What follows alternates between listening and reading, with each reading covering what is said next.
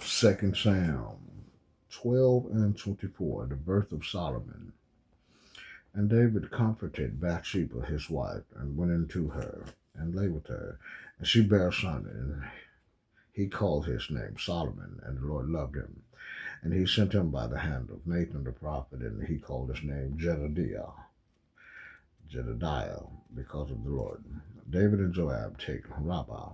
And Joab fought against Rabbah of the children of Ammon, and took the royal city. And Joab sent messengers to David, and said, I have fought against Rabbah, and have taken the city of waters.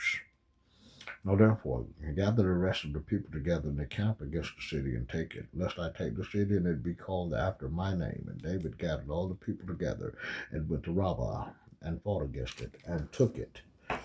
And he took their king's crown from off his head, the weight whereof was a talent of gold with the precious stones, and it was set on David's head. And he brought forth the spoil of the city in great abundance. And he brought forth the people that were therein, and put them under saws, and under harrows of iron, and under axes of iron, and made them pass through the fire, brickling. And thus did he unto all the cities of the children of Ammon. So David and all the people returned unto Jerusalem. Chapter 13. Ammon's crime. And it came to pass after this, that Absalom, the son of David, had a fair sister, whose name was Tamar. And Amnon, the son of David, loved her. And Amnon, who was so vexed that he fell sick for his sister Tamar, for she was a virgin, and Amnon thought it hard for him to do anything to her. But Amnon had a friend, whose name was Jonadab, the son of Shimei, David's brother. And Jonadab was a very subtle man, and he said unto him, Why art thou beating the king's sons? Lame from day to day, wilt thou not tell me? And Amnon said unto him, I love Tamar, my brother Absalom's sister. And Jonadab said unto him, Lay thee down on thy bed, and make thyself sick, and when thy father cometh to see thee, say unto him, I pray thee, let my sister Tamar come, and meat give me meat, and dress the meat in my sight, that I may see it, and eat it at her hand. So Amnon lay down, and made himself sick. And when the king was come to see him, Amnon said unto the king, I pray thee, let Tamar my sister come, and take me a couple of cakes in my sight, that I may eat at her hand. Then David sent home to Tamar, saying, Go now to thy brother Amnon's house, and dress him meat. So Tamar went to her brother Amnon's house, and when he had laid down, she took flour, and kneaded it, and made cakes in his sight, and did bake the cakes. And she took a pan, and poured them out before him. But he refused to eat. And Amnon said, Have out all men from me. And they went out every man from him. And Amnon said unto Tamar, Bring the meat into the chamber, that I may eat of thine hand. And Tamar took the cakes which she had made, and brought them into the chamber to Amnon her brother. And when she had brought them in unto him to eat, he took hold of her, and said unto her, Come, lie with me, my sister. And she answered him, Nay, my brother, do not force me, for no such thing ought to be done in Israel. Do not thou this folly.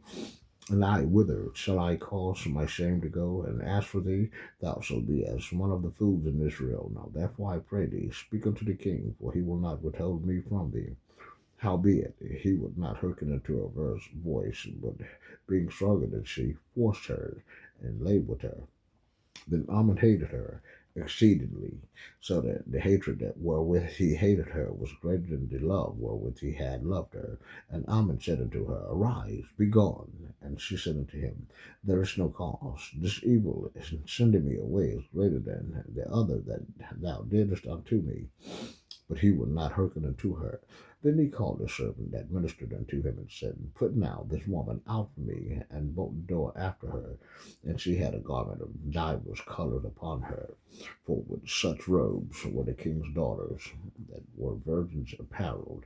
Then his servant brought her out, and bolted the door after her. And Tamar put ashes on her head, and rent her garment of divers colors that was on her, and laid her hand on her head, and went on crying. And Absalom her brother said unto her, Hath Amnon thy brother been with thee?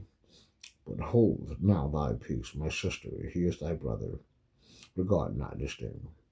So Tamar remained desolate in her brother Absalom's house. But when King David heard of all these things, he was very wroth, And Absalom spake unto him, brother Amnon, neither good nor bad. For Absalom hated Amnon, because he had forced his sister Tamar. Absalom's vengeance for Tamar's wrong. And it came to pass after 2 full years that Absalom had sheep shears in Bel Hazor, which is beside Ephraim.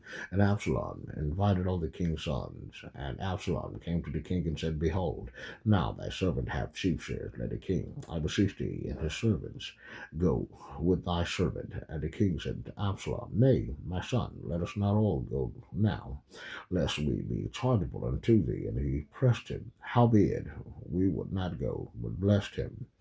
Then said Absalom, If not, I pray thee, let my brother Amnon go with us. And the king said unto him, Why should he go with thee?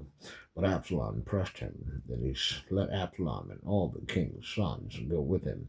Now Absalom had commanded the servants, saying, Mark ye now, when Amnon's heart is merry with wine, and when I say unto you, Smite Amnon and kill him, fear not, have not I commanded you, be courageous and valiant? And the servants of Absalom did unto Amnon as Absalom had commanded. Then all the king's sons arose, and every man gate him up upon his mule and fled. And it came to pass, while they were in the way, that tidings came to David, saying, Absalom hath slain the king's son, and there is not one of them left. Then the king arose, and tore his garment, and lay on the earth, and all his servants stood by with their clothes rent. And Jonadab, the son of Shimei, David's brother, answered and said, Let not my lord suppose that they have slain all the young men, the king's sons, for Amnon only is dead. For by the appointment of Absalom, this had been determined from the day that he forced his sister Tamar. Now therefore, let not my lord the king take the thing to his heart, to think that all the king's sons are dead. For Amnon only is dead, but Absalom fled. And the young men that kept watch lifted up his eyes and looked, and behold, there came much people by the way of the hillside behind him. And Jonadab said unto the king, Behold, the king's sons come. As thy servant said, so it is. And it came to pass, as soon as he had made an end of speaking, that, behold, the king's sons came, and lifted up their voice and wept. And the king also and all the servants wept very sore. Absalom's flight to Geshur. But Absalom fled and went to Talmai, the son of Ammihud, king of Geshur. And David mourned for his son every day. And Absalom fled and went to Geshur, and was there 3 years. And the soul of King David longed for it, to go forth unto Absalom, and for he was comforted concerning Amnon, seeing he was dead. Chapter 14, the recall of Absalom. Joab's craft. Now Joab, the son of Zeruiah, perceived that the king's heart was toward Absalom, and Joab sent to Tekoa, and fetched thence a wise woman, and said unto her, I pray thee, feign thyself to be a mourner, and put on now mourning apparel, and anoint thyself with oil, but be as a woman that had a long time mourned for the dead, and come to the king, and speak on this matter to him. So Joab put the words in her mouth, and when the woman of Tekoa spake to the king, she fell on her face to the ground, and did obeisance, and said, Help, O king. And the king said unto her, What aileth thee? And she answered, I am indeed a widow woman, and my husband is dead. And a handmaid had 2 sons, and they strove together in the field, and there was none to part them, but one smote the other and slew him. And behold, the whole family is rising against thine handmaid. They said, Deliver him that smote his brother, that we may kill him for the life of his brother whom he slew, and we will destroy the heir also. And so they also quench my coal which is left, and shall not leave to my husband neither name nor remainder upon the earth. And the king said unto her, Woman, go to thine house, and I will give thee charge concerning thee. And the woman of Tekoa said unto the king, My lord, O king, the iniquity be on me, and on my father's house, and the king and his throne be guiltless. And the king said, Whosoever said aught unto thee, bring him unto me, and he shall not touch thee any more. Then said she, I pray thee, this is she, I pray thee, let the king remember the Lord thy God, that thou wouldest not suffer the revenge of the blood to destroy any more, lest they destroy my son. And he said, As the Lord liveth, for there shall not hair on thy head fall to the ground.